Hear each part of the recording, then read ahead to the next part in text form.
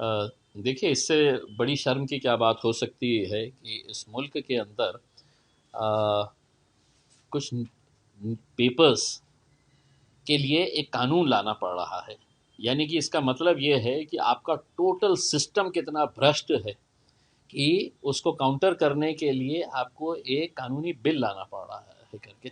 मैं नहीं समझता हूँ कि दुनिया के अंदर ऐसे कितने मुल्क होंगे जहाँ पर पेपर लीक के लिए है तो पार्लियामेंट के अंदर बिल लाने की नौबत आई ही है। आखिर कौन जिम्मेदार है इसके लिए? अगर शुरुआत में ही जब ये पेपर्स लीक होना शुरू हुए कुछ अकाउंटेबिलिटी अगर रहती, अधिकारियों के साथ मंत्रियों के इस्तीफे अगर लिए जाते, तो शायद ये वक्त आने की ज़रूरत नहीं होती। लेकिन लगातार साल में 10 मरतबा 10 पेपर्स लीक हो जाते हैं, किसकी कोई अकाउंटेबिलिटी नहीं, नीचे किसी क्लर्क को, किसी एक छोटे अधिकारी को पकड़ लिया जाता है और बस। ये तो इस देश के नौजवान हैं जिन्होंने हुकूमत को मजबूर किया, और आज उन्हें ये बिल लाना पड़ा पार्लियामेंट के अंदर।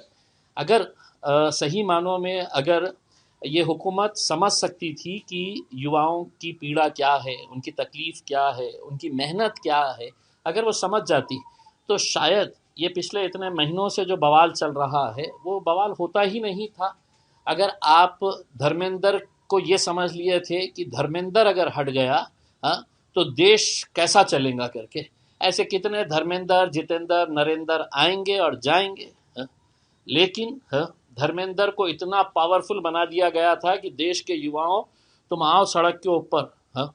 आखिर में उनको अपनी नाक घिसनी ही पड़ी ज़मीन के ऊपर उसमें, और ये बिल लाया गया है। दुर्भाग्य है, लेकिन ठीक है, चलिए आया है। अब मोदी जी ने गारंटी ले लेना चाहिए कि अब कोई पेपर लीक नहीं होगा करके उसमें। वरना पेपर सेट भी यही कर रहे हैं, लीक भी यही कर रहे हैं, पैसा भी इन्हीं के पास आ रहा है, और नुकसान किसको? तो नौजवान बच्चों को हो रहा है।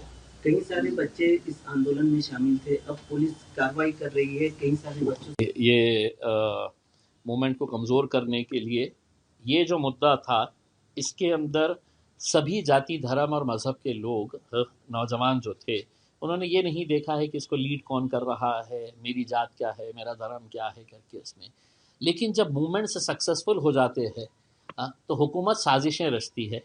और अब यही जो रिजर्वेशन का जो मुद्दा आ रहा है, उन्हीं साजिशों का एक नतीजा है कि अब हम पहले समाजों के बीच में दरारें पैदा किए थे, अब स्टूडेंट्स के बीच में हम दरारें पैदा करेंगे करके। तो ये हुकूमत की साजिश है। आरएसएस कई सालों से अपना दिमाग लगाती है, दिमाग लगा के बैठती है, और फिर उनको मालूम होता है कि इसके बाद अब वो क्या करना है, तो उसी का खेल है।